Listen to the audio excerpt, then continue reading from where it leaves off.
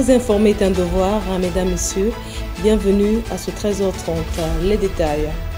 Les dirigeants et les représentants d'une cinquantaine de pays africains ainsi que des responsables d'organisations internationales sont réunis au Japon pour la conférence internationale de Tokyo sur le développement de l'Afrique. Akere Mouna, ancien bâtonnier de l'Ordre des avocats du Cameroun et candidat de l'opposition à l'élection présidentielle, demande que la candidature du président Paul Biya soit invalidée, déclarant que le chef de l'État, âgé de 92 ans, est incapable d'assumer les exigences d'un scrutin public et que les protocoles sont adaptés pour masquer sa dépendance cognitive et ses limites physiques.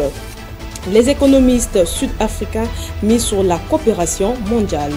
Face aux droits de douane imposés par le président Donald Trump, les experts soulignent la nécessité urgente de contrer la militarisation des politiques commerciales des États-Unis. La Russie a lancé 574 drones et 40 missiles dans la nuit de mercredi 20 à jeudi 21 août 2025 sur l'Ukraine, a indiqué l'armée de l'air ukrainienne. C'est un record depuis mi-juillet, alors que la communauté internationale est en pleine discussion avec les deux parties pour trouver une issue au conflit. Volodymyr Zelensky juge possible une rencontre avec Vladimir Poutine après un accord sur les garanties de sécurité pour Kiev.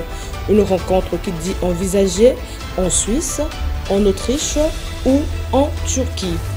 Malgré la bataille engagée par les démocrates, les républicains majoritaires à la Chambre des représentants ont adopté mercredi un redécoupage électoral favorable à leur parti.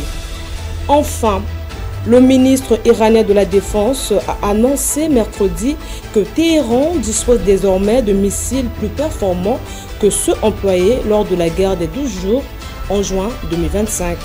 L'Iran se dit prêt à les utiliser en cas de nouvelles attaques israéliennes. C'est la fin de ce 13h30.